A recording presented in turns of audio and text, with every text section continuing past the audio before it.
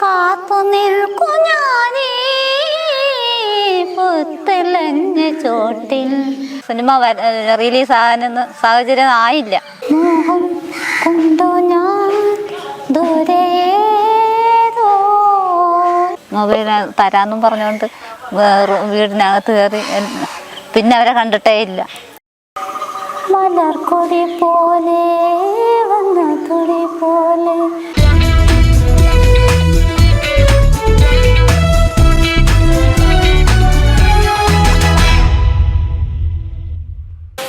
Kerala prime ടുഡേയുടെ പ്രേക്ഷകർക്ക് നമസ്കാരം. ഒരു വർഷങ്ങൾക്ക് മുമ്പ്, അതായത് കഴിഞ്ഞ വർഷം ഒക്ടോബർ മാസത്തിൽ കിഴക്കേക്കളുടെ ചുറ്റുമലയിൽ നിന്നും ഒരു ചേച്ചി സമൂഹ മാധ്യമങ്ങളിൽ വൈറലാവുകയുണ്ടായി. ചേച്ചി തൊഴിലുറപ്പ് തൊഴിലാളിയായിരുന്നു. ചേച്ചി തൊഴിലുറപ്പ് സ്ഥലത്തിരുന്ന് പാടിയ ഒരു പാട്ടാണ് വൈറലായത്. ആ സമയത്ത് ഞാൻ മറ്റൊരു ചാനലിൽ ന്യൂസ് റിപ്പോർട്ടറായിരുന്നു. ആ ചേച്ചി വൈറലായ പാട്ടിനെക്കുറിച്ച് ഞാനൊരു വാർത്ത ചെയ്യുകയും അത് ഏകദേശം 40 ലക്ഷത്തോളം പേര് കാണുകയുണ്ടായി. പിന്നീട് ഇപ്പോഴും, അതായത് ഒരു വർഷങ്ങൾക്ക് ഇപ്പോഴും പലരും എന്നെ വിളിക്കാറുണ്ട് പല നാട്ടിൽ നിന്ന്. ചേച്ചിയുടെ പേര് ബിന്ദു എന്നാണ്. അപ്പോൾ ബിന്ദു ചേച്ചി പാടിയ പാട്ട് കാണാനും ബിന്ദു ചേച്ചിയുടെ പാട്ട് കേൾക്കാനും ഒക്കെ ഒരുപാട് പേര് വിളിക്കാറുണ്ട്. ഇപ്പോഴും വിളിക്കുന്നവർ ആവശ്യപ്പെടുന്ന ബിന്ദു ചേച്ചിയുടെ ഇനിയും കുറേയേറെ പാട്ടുകൾ കേൾക്കണം എന്ന് പറഞ്ഞുകൊണ്ടാണ് വിളിക്കുന്നത്.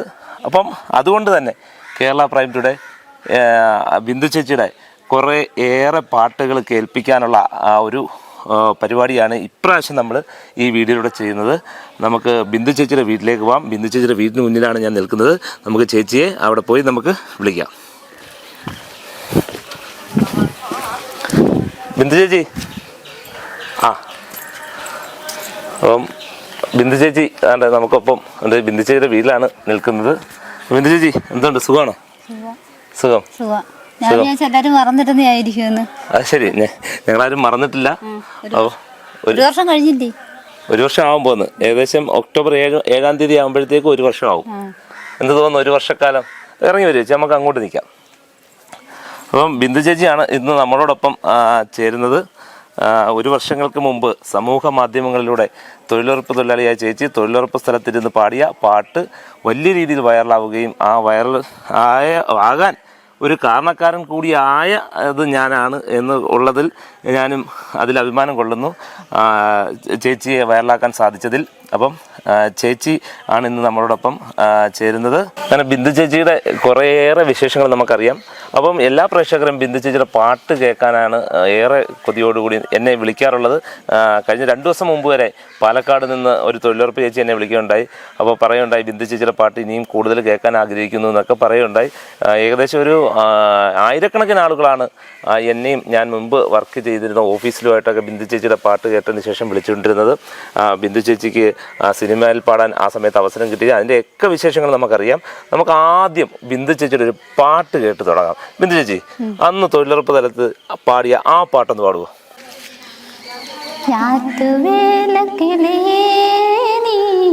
പാട്ട് പാടി വരുമോ കൊന്നപ്പൂത്ത വഴിയിൽ പൂവെള്ളമൂത്ത വയലിൽ കാത്തു നിൽക്കു ഞാനീ പുത്തലഞ്ഞ ചോട്ടിൽ തനിയെ ഞാറ്റുവേല കിളിയേ നീ പാട്ടുപാടി വരുമോ. അപ്പം മിഥുനം എന്ന സിനിമയിലെ ഞാറ്റുവേല കിളിയെ ഈ പാട്ട് പാടിയാണ് ചേച്ചി അന്ന് വൈറലായത്. അതിനുശേഷം ചേച്ചിക്കുണ്ടായ മാറ്റങ്ങളെക്കുറിച്ച് നമുക്കറിയാം. ചേച്ചി അന്ന് വൈറലായതിനു ശേഷം എന്തൊക്കെ മാറ്റങ്ങളാണ് ജീവിതത്തിൽ ഉണ്ടായത്? ആദ്യം കുറെ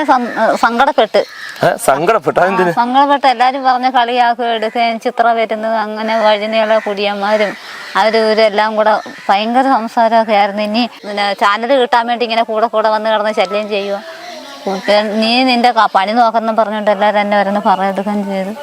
അപ്പോൾ കളിയാക്കലൊക്കെ ഇഷ്ടം പോലെ ഇതിനകത്ത് ഉണ്ടാകും. പക്ഷെ എനിക്ക് പ്രതീക്ഷ ഇല്ലായിരുന്നു നിങ്ങൾ കൂടെ തിരികെ വരും. അതുകൊണ്ട് സന്തോഷമുണ്ട് തിരികെ നമ്മൾ വന്നതിൽ. തീർച്ചയായിട്ടും എനിക്ക് ചേച്ചിയെ മറക്കാൻ പറ്റത്തില്ല. കാര്യം ഞാൻ ചെയ്ത വീഡിയോയിൽ ഒരു 3-4 മില്യണിലേക്ക് പോയ വീഡിയോ ചേച്ചിയുടെ വീഡിയോ ആണ്. അപ്പം അത് കാരണം ഒരിക്കലും ഞങ്ങൾക്ക് ബിന്ദു ചേച്ചിയെ മറക്കാൻ പറ്റത്തില്ല.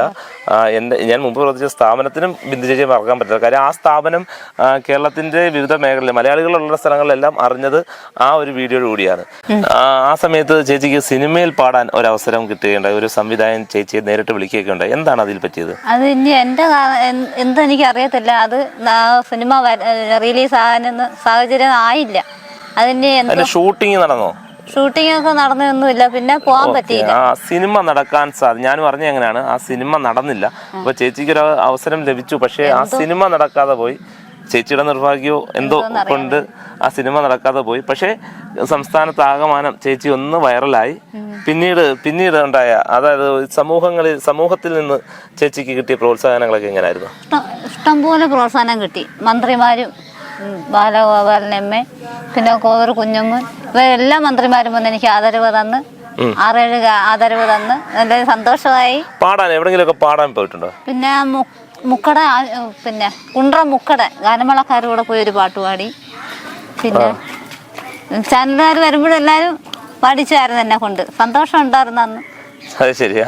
പിന്നെ അപ്പൊ ഒരു പാടത്തൊരു പാട്ട് കേട്ടാലോ നമുക്ക് പ്രേക്ഷകർക്ക് വേണ്ടി? പ്രേക്ഷകർ ഏറ്റവും, നമ്മൾ സംസാരിക്കുന്നത് കേൾക്കാനല്ല, പ്രേക്ഷകർ ഏറ്റവും കൂടുതൽ കാത്തിരിക്കുന്നത് ചേച്ചിയുടെ പാട്ട് കേൾക്കാനാണ്. നമുക്ക് അടുത്തൊരു പാട്ട് പാടാം. ഏത് പാട്ടാ പാടാൻ പോകുന്നത്? ചേച്ചി പാടിക്കോ, ഏത് പാട്ടാ വെച്ചാ?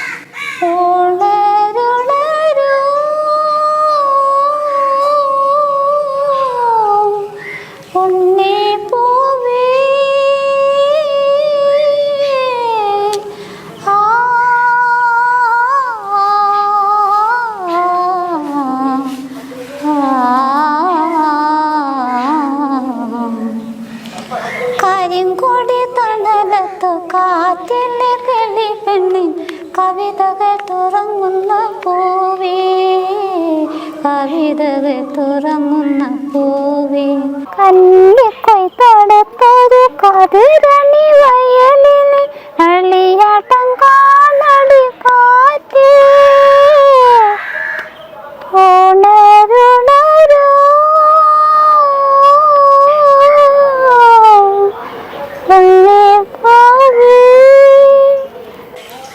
ചേച്ചിക്ക് പാട്ട് പാടാൻ ചേച്ചിക്ക് തന്നെ നാണം വരുന്നുണ്ട്. തന്നെയല്ല എനിക്ക് മൊബൈലില്ലാത്തതുകൊണ്ട് ഈ മൊബൈലാന്നേ ഇല്ല. അവര് പറഞ്ഞ് എന്നെ കളിപ്പിച്ചില്ലായിരുന്നു. ആര് പറഞ്ഞു കളിപ്പിച്ച്? പഞ്ചായത്തുകാരെല്ലാം കൂടെ മൊബൈൽ തരാന്നും പറഞ്ഞോണ്ട് വീടിനകത്ത് കയറി. പിന്നെ അവരെ കണ്ടിട്ടേ ഇല്ല. മൊബൈൽ തരാന്ന് പഞ്ചായത്തുകാർ പറഞ്ഞായിരുന്നു? പഞ്ചായത്തുകാർ പറഞ്ഞു.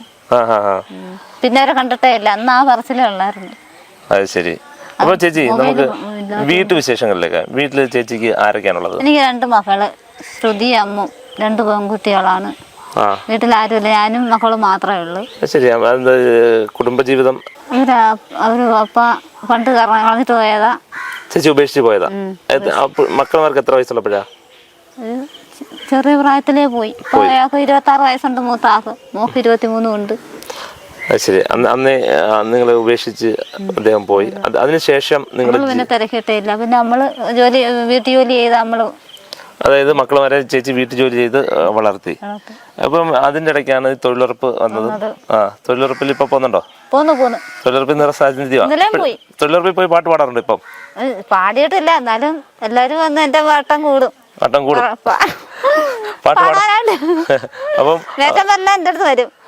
അപ്പം ടി വി കൊടുക്കുവാണെങ്കിൽ മേറ്റന്മാരെ ഇടണം, മെമ്പറിനെ 2 മേറ്റന്മാരെ. പിന്നെ അതെ, മേറ്റന്മാരുടെ പേര് എനിക്ക് പേരെന്ന് പറഞ്ഞ റീജ ജയ, അവരുടെ പേര് എനിക്കും മറക്കാൻ പറ്റത്തില്ല.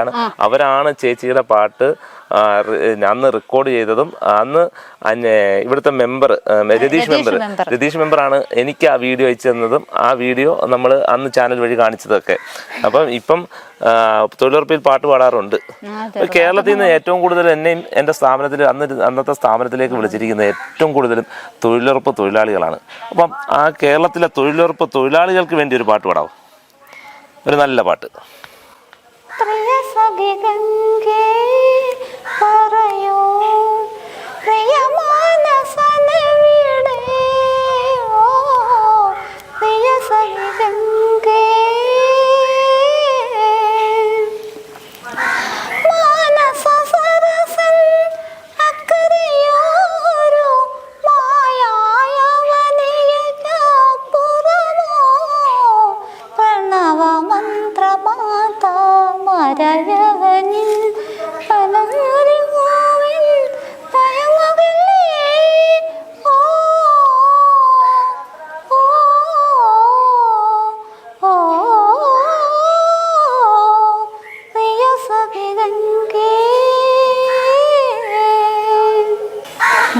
അപ്പം ഇപ്പം പാടിയ പാട്ട് തൊഴിലുറപ്പ് തൊഴിലാളികളുണ്ട്. കാര്യം ഞാൻ ആദ്യമേ പറഞ്ഞു, ഏറ്റവും കൂടുതൽ ആൾക്കാർ ബിന്ദു ചേച്ചി അന്വേഷിച്ച് വിളിച്ചത് തൊഴിലുറപ്പ് തൊഴിലാളികളാണ്.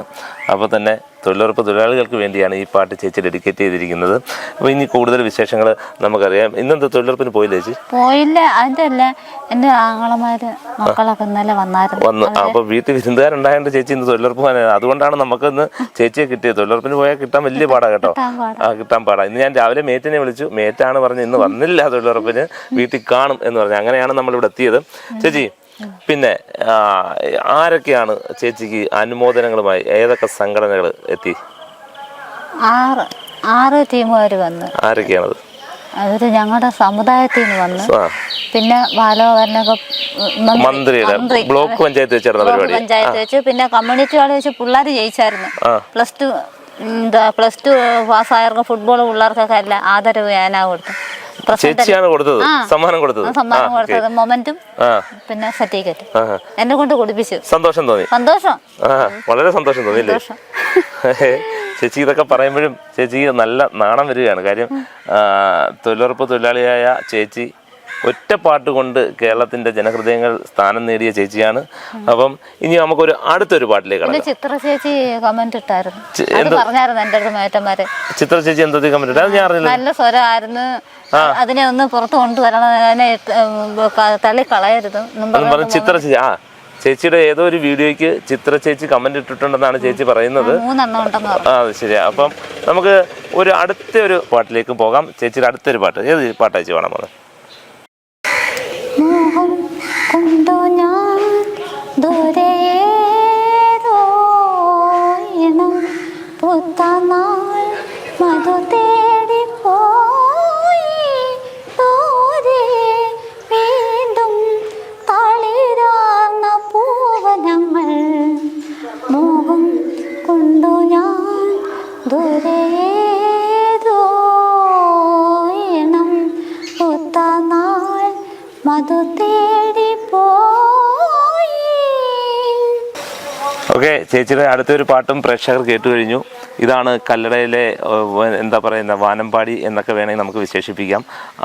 സാധാരണ ജീവിതം നയിച്ചുകൊണ്ട് വന്ന ചേച്ചിയാണ്. ചേച്ചി ഇതിനു മുമ്പ് ചേച്ചി പാട്ടൊക്കെ പാടിയിട്ടുണ്ടോ? മത്സരങ്ങളിലൊക്കെ പങ്കെടുത്തിട്ടുണ്ടോ? ഇല്ല, മത്സരത്തിലൊന്നും പങ്കെടുത്തിട്ടില്ല. സ്കൂളിലെ പരിപാടി പങ്കെടുത്തിട്ടുണ്ടോ? സ്കൂളില് എന്ത് മത്സരങ്ങളിലാണ്? ഈ യൂത്ത് ഫെസ്റ്റിവലിന് ഡാൻസിന് പാട്ട് മത്സരത്തിൽ പാട്ടിന് പോയിട്ടില്ല. സ്കൂളിൽ ഡാൻസിന് പോയിട്ടുണ്ട്, പക്ഷെ പാട്ടിന് പോയിട്ടില്ല. അത് അന്ന് 8 പേരെ നിർത്തി കളിപ്പിച്ചതാ. ശരി. 8ാം ക്ലാസ് വരെ ഡാൻസ് കളിച്ച്? അല്ല, 8 പിള്ളേരെ സംഘനൃത്തം കളിച്ചിട്ടുണ്ട്. അപ്പൊ ചേച്ചി സ്കൂളിൽ പഠിക്കുന്ന കാലത്ത് പാട്ട് മത്സരത്തിൽ പങ്കെടുത്തിട്ടില്ല, പക്ഷെ ഡാൻസിൽ പങ്കെടുത്തിട്ടുണ്ട്. അന്നും പാട്ട് പാടുമായിരുന്നു? ഇല്ല, പാടത്തില്ല. അന്ന് ഒട്ടും പാട്ട് പാടത്തില്ല. പിന്നെ ഈ പാട്ട് പാടാൻ തുടങ്ങിയെന്നോട്ടാ? അത് തൊഴിലുറപ്പില്, പിന്നെ ഈ ടിവിയിലൊക്കെ വരുമ്പോഴും അത് കേട്ട് പഠിച്ചതാ. അത് കേട്ട് അന്നേരമൊക്കെ ഒന്നും വിളിക്കൊണ്ടിരിക്കത്തേ ഉള്ളൂ, അല്ലാതെ പാട്ട് പാടിയിട്ടില്ല. ഈ തൊഴിലുറപ്പില് അവരിത് എങ്ങനെ അറിഞ്ഞു ചേച്ചി പാട്ട് പാടും? എനിക്ക് അറിയാവുന്ന പാട്ടായോണ്ട് അന്ന് എന്നെ കൊണ്ട്. അതല്ല, ചേച്ചി പാട്ട് പാടും എന്ന് അവർക്ക് എങ്ങനെ അറിയാവുന്നത്? അല്ല, ഞാനിങ്ങനെ പണി സമയത്ത് ഇങ്ങനെ മൂളിക്കൊണ്ട് നടക്കും. അന്നേരം ഞങ്ങള് പണിയെടുക്കാറില്ല. സത്യം പറ, പണിയെടുക്കാറില്ല. മൂളിക്കൊണ്ട് നടക്കുമ്പോഴ് അവര് പറയാ, ബിന്ദുവിനെ കൊണ്ടുവന്ന് പണി എന്തായാലും 100 തികഞ്ഞല്ലേ, അവക്കൊരു പണി കൊടുക്കാന്നും പറഞ്ഞോണ്ട് ഇവര് തങ്ങളി സംസാരിച്ചതാ. പക്ഷെ അതൊരു വലിയ പണിയായിരുന്നില്ലേ? അത് കേരളം മൊത്തം അറിയുന്ന ഒരു വലിയ പണിയായി. അങ്ങനെ ഞാൻ മേറ്റ് ഒളിച്ച് നിന്ന് പിടിച്ച്, ഞാൻ ഇങ്ങനെ ഒരു തെങ്ങിന്റെ അടുത്ത് ഇങ്ങനെ ഇരുന്ന് അവിടെ നിന്ന് ഞാൻ ഇങ്ങനെ എല്ലാവരും പാടും, കൊച്ചു പാട്ടൊക്കെ പാടും. അന്നേരം ആരും അറിഞ്ഞില്ല എന്റെ പാട്ട് ഇവര് പിടിക്കുമെന്ന് അറിഞ്ഞില്ല കേട്ടോ. നേരത്തെ മെമ്പർ തന്നെ വിളിച്ച് എൻ്റെ അടുത്ത് ഞാൻ വിട്ടിട്ടുണ്ട്, കുണ്ടറയ്ക്ക് വിട്ടിട്ടുണ്ട്, അത് വൈകിട്ട് ബിന്ദുവിനെ വിളിക്കും, അന്നേരം അറിഞ്ഞാൽ മതി എന്നൊക്കെ പറഞ്ഞു. അങ്ങനെ രാത്രിയിലാണ് ഞങ്ങൾ അറിഞ്ഞത്. മെമ്പറെ വിളിച്ച് മേറ്റിനെ വിളിച്ച്, അങ്ങനെ മേറ്റ് പിന്നെ രാത്രി എന്റെ ഒരുപാട് ചാനലുകാരൊക്കെ വന്നിരുന്നില്ലേ? കുറെ ചാനലുകാർ വന്ന് എല്ലാരും വാർത്തയൊക്കെ കൊടുത്തു. പക്ഷെ സിനിമയിൽ പാടാൻ ഒരു അവസരം കിട്ടിയില്ല എന്നുള്ളൊരു വിഷമമുണ്ട്. ഒരു പാട്ട് സിനിമയില് എല്ലാരും കളിയാക്കിയവരും. അതെ, ചേച്ചിയെ കളിയാക്കി ഒരുപാട് പേരുണ്ട്. അവരുടെ മുമ്പിൽ ഒന്ന് നിവർന്നു നിൽക്കാൻ വേണ്ടി സിനിമയിൽ ഒരു അവസരം വേണം എന്നുള്ളതാണ് ചേച്ചിയുടെ ഏറ്റവും വലിയൊരു ആഗ്രഹം. അപ്പം നമുക്ക് സിനിമാക്കാർക്ക് കേൾക്കാൻ വേണ്ടി ഒരു പാട്ട് പാടാം. ഏത് പാട്ടാ? നല്ലൊരു പാട്ട്, ഒരു വലിയ പാട്ടായിക്കോട്ടെ.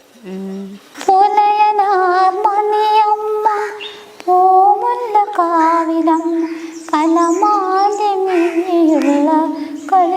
തത്തമ്മ ആളിമാരത്തു കൂടിയാമ്പൽ പൂങ്കടവിൻ്റെ ആയില്ലെ പൂനിലാവിൽ കുളിക്കാൻ പോയി അരളികൾ പൂക്കുന്ന കരയിലപ്പോൾ നിന്ന മലവേട ചെറുക്കൻ്റെ മനം തുടിച്ചു അവളുടെ പാട്ടിൻ്റെ ലഹരിയിലവന്നു ഇളം കാറ്റിലിളകുന്ന പള്ളിപ്പാലേ പുലയനാർ മണിയമ്മ പൂമുല്ലക്കാവിലമ്മ കലമാൻ്റെ മിഴിയുള്ള കളിത്തത്തമ്മ കിളിനീരാട്ടിന് തുടിച്ചിറങ്ങി അവൾ താളത്തിൻ പാട്ടുപാടി കളിച്ചിറങ്ങി അവളുടെ നെറ്റിയിലെ അരവന്ന കുറിയാലി അരുവിയിൽ ചെമ്പൊന്നിൽ പൊടി കലങ്ങി പുലയനാർ മണിയമ്മ പൂമുല്ലക്കാവിലമ്മ പലമാൻ്റെ മിഴിയുള്ള കളിത്തത്തമ്മ. അപ്പം ചേച്ചി ഈ പാട്ട് സിനിമാക്കാർക്ക് കൂടെ വേണ്ടി പാടിയിരിക്കുകയാണ്. സിനിമയിൽ അവസരം ലഭിക്കും എന്നുള്ള ശുഭപ്രതീക്ഷയിലാണ് ചേച്ചി. അപ്പം കല്ലട എന്ന് പറയുന്ന ചെറിയൊരു ഗ്രാമമാണ് എങ്കിൽ പോലും നിറയെ കലാകാരന്മാർക്ക് ജന്മം നൽകിയ നാടാണ് കല്ലട. അതായത് വിനയചന്ദ്രൻ സാറിനെ പോലുള്ള ആളുകൾക്ക്, കഥാപ്രസംഗത്തിലെ കുലപതിയായ വി വി കുട്ടി സാറിനെ പോലുള്ള ആൾക്കാർക്ക്, ഇപ്പം നിലവിൽ V V Jose sir, Kallada V V Jose sir, ഇങ്ങനെയുള്ള ഒരുപാട് ആൾക്കാർക്ക് ജന്മം നൽകിയ കല്ലട നാട്ടിൽ നിന്നും ഉയർന്നു വരുന്ന ഒരു കലാകാരി എന്ന് വേണമെങ്കിൽ പറയാം. സമൂഹ മാധ്യമങ്ങളിലൂടെ വൈറലായ ബിന്ദു ചേച്ചി ഒരു വർഷമായി ചേച്ചി ഇന്നും ചേച്ചിക്ക് വലിയ പ്രതീക്ഷയുണ്ട് സിനിമയിൽ ഒരു പാട്ട് പാടാൻ അവസരം ലഭിക്കുമെന്ന്. ആ അവസരം ചേച്ചിക്ക് ലഭിക്കട്ടെ എന്ന് മാത്രം പറഞ്ഞുകൊണ്ട് നിർത്തുന്നു. നന്ദി, നമസ്കാരം.